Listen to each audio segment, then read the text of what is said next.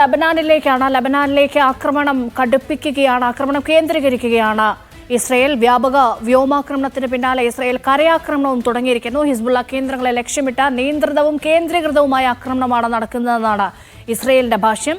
Israel സേനയ്ക്കെതിരെ കരമാർഗം പ്രത്യാക്രമണം തുടങ്ങിയതായി ഹിസ്ബുള്ളയും അറിയിച്ചു. അതായത് ഒക്ടോബർ 7-ന് ശേഷം പ്രത്യക്ഷത്തിൽ 5 രാജ്യങ്ങളെയാണ് ഇസ്രയേൽ അതിരൂക്ഷമായി ആക്രമിച്ചുകൊണ്ടിരിക്കുന്നത്. ഇസ്രയേലിനെ തടയാൻ കഴിയുന്നില്ല. വളരെ വിശദമായി BK സുഹൈൽ കാര്യങ്ങൾ വിശദീകരിക്കും. രേഷ്മ, ഇപ്പോൾ ഈ ഒക്ടോബർ 7 ആക്രമണത്തിന് ശേഷം ഫലസ്തീൻ അടക്കം 5 രാഷ്ട്രങ്ങളിലാണ് ഇപ്പോൾ ഇസ്രായേൽ ആക്രമണങ്ങൾ നടത്തിക്കൊണ്ടിരിക്കുന്നത്. നമുക്കറിയാം, ഫലസ്തീനിൽ തന്നെ ഗസയിലും വെസ്റ്റ് ബാങ്കിലും ഒരേ സമയം ആക്രമണം നടത്തുന്നു. ഗസയിൽ 41,000-ലധികം ആളുകളെ കൊലപ്പെടുത്തുന്നു. വെസ്റ്റ് ബാങ്കിലും നിരവധി ആളുകളെ കൊലപ്പെടുത്തി ആയിരക്കണക്കിന് ആളുകളെ അവിടെ നിന്നും അറസ്റ്റ് ചെയ്തു.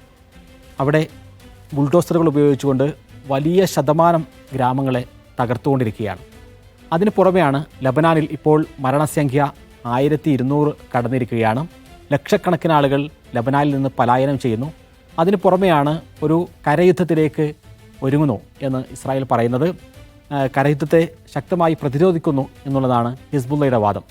ഏതായിരുന്നാലും അതോടൊപ്പം ഈ 2 അതിർത്തി പ്രദേശങ്ങൾക്ക് പുറമെ അതിനുമപ്പുറത്തുള്ള സ്ഥലങ്ങളിലേക്ക് കൂടി ഇസ്രായേൽ അവരുടെ ആക്രമണം വ്യാപിപ്പിച്ചിട്ടുണ്ട്. ഒക്ടോബർ 7 എന്ന ഒരു കാരണം മുമ്പിൽ വെച്ചുകൊണ്ട് പശ്ചിമേഷ്യയിലാകെ നാശം വിതക്കാനും അതേപോലെ തന്നെ തങ്ങൾക്ക് അനുകൂലമായി ഈ പ്രദേശത്തെ മാറ്റിയെടുക്കാനുമുള്ള വലിയ ശ്രമത്തിലാണ് ഇസ്രായേൽ ഉള്ളത്. ഇസ്രായേലിൻ്റെ വലിയ ആക്രമണം നടന്നത് ഇറാനിലാണ് എന്ന് നമുക്ക് കാണാൻ കഴിയും. ഇറാനിൽ ഇസ്മായിൽ ഹനിയെ വധിക്കുന്നു.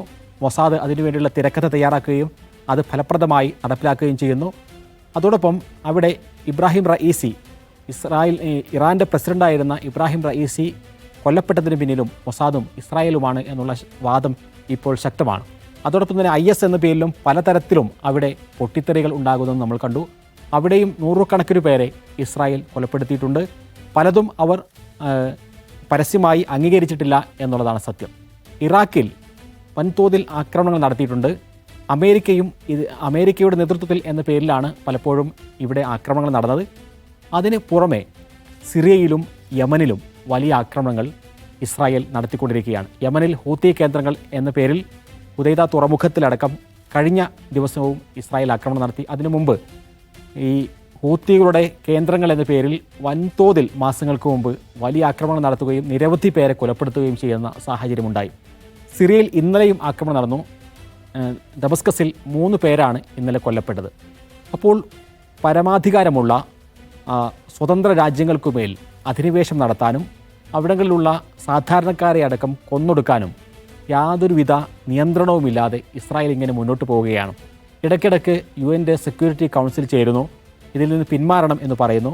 മറുഭാഗത്തുള്ള ഏതെങ്കിലും ഒരു പ്രസ്ഥാനത്തെ, പലപ്പോഴും അത് രാജ്യങ്ങൾ പോലുമാകില്ല, ഹിസ്ബുള്ളയും ഹമാസുമെല്ലാം ഇതിൽ നിന്ന് പിന്മാറണം എന്നാവശ്യപ്പെടുന്നു. പക്ഷേ സ്വതന്ത്ര പരമാധികാര രാജ്യങ്ങളായ 5 രാജ്യങ്ങളുടെ മേൽ അധിനിവേശം നടത്തുകയും അവിടെയുള്ള ആളുകളെ കൊന്നൊടുക്കുകയും അവിടേക്ക് ചാരപ്രവൃത്തി നടത്തുകയും അവിടെയുള്ള ആളുകളെ കൊലപ്പെടുത്തുകയും ചെയ്തുകൊണ്ടിരിക്കുമ്പോഴും ഈ ലോകത്തിന് അതിനെ പിടിച്ചു നിർത്താൻ സാധിക്കുന്നില്ല എന്നുള്ളത് തന്നെയാണ് ഇപ്പോഴത്തെ ഏറ്റവും വലിയ ഒരു ദുർഗതി എന്ന് പറയുന്നത്. അമേരിക്ക ഇതിനു വേണ്ടിയുള്ള എല്ലാ സംവിധാനവും ഒരുക്കി കൊടുക്കുന്നു എന്നുള്ളതാണ് ഇതിൽ കാണേണ്ടത്. ഇത് ഇസ്രായേൽ മാത്രം നടത്തുന്ന ഒരു കാര്യമല്ല. മേഖലാ യുദ്ധത്തെക്കുറിച്ച് അല്ലെങ്കിൽ പശ്ചിമേഷ്യയിലാകെ യുദ്ധം വ്യാപിക്കുമോ എന്നുള്ള ചർച്ചകൾ നടക്കുന്നു. പക്ഷേ ഒക്ടോബർ 7 മുതൽ തന്നെ പശ്ചിമേഷ്യയിലാകെ യുദ്ധത്തിലാണ് എന്നുള്ളതാണ് നമ്മൾ മനസ്സിലാക്കേണ്ടത്. ഈ യുദ്ധം നടക്കുന്നത് വെറും ഇസ്രായേലിൻ്റെ മാത്രം നേതൃത്വത്തിലല്ല, മറിച്ച് അമേരിക്കയുടെ മുൻകൈയിലാണ് എന്നുള്ളതാണ് സത്യം. കഴിഞ്ഞ ദിവസവും US പ്രതിരോധ സെക്രട്ടറി ലോയിഡ് ഓസ്റ്റിൻ പറഞ്ഞത്, ഇപ്പോൾ ലബനാനിൽ 1200-ലധികം ആളുകളെ കൊല്ലപ്പെട്ട ഈ സാഹചര്യത്തിലും അമേരിക്ക പറയുന്നത് ഈ ആക്രമണത്തിൽ ഹിസ്ബുള്ളയെ തകർക്കാൻ വേണ്ടി ഞങ്ങൾ കൂടെ ഉണ്ടാകും എന്നുള്ളതാണ്. എന്ന് മാത്രമല്ല, ഏതെങ്കിലും തരത്തിൽ ഇസ്രായേലിന് വെല്ലുവിളി ഉണ്ടാകുമോ എന്ന് മുൻകൂട്ടി കണ്ടുകൊണ്ട് തന്നെ ഇസ്രായേലിന് സാമ്പത്തികമായി കൂടുതൽ സഹായം നൽകുന്നു. കഴിഞ്ഞ ദിവസം $8 ബില്യൺ അമേരിക്ക അനുവദിച്ച് നൽകുന്നു. അതിനു പുറമെ നിരവധി സൈനികരെ പശ്ചിമേഷ്യയിലേക്ക് അയക്കുന്നു, യുദ്ധവിമാനങ്ങൾ അയക്കുന്നു, യുദ്ധക്കപ്പലുകൾ അയക്കുന്നു. അപ്പോൾ സർവ്വ സന്നാഹങ്ങളും അമേരിക്ക ഒരുക്കി കൊടുത്തിട്ടാണ് ഈ ഒരു ആക്രമണം നടക്കുന്നത് എന്ന് നമ്മൾ മനസ്സിലാക്കുക. തീർച്ചയായിട്ടും സുഹൈൽ പറഞ്ഞതുപോലെ സർവ്വ സന്നാഹങ്ങളും ഒരുക്കി കൊടുക്കുന്ന അമേരിക്കയ്ക്ക് ഏറ്റവും വലിയ പങ്ക് ഈ ക്രൂരകൃത്യങ്ങളിലുണ്ട്.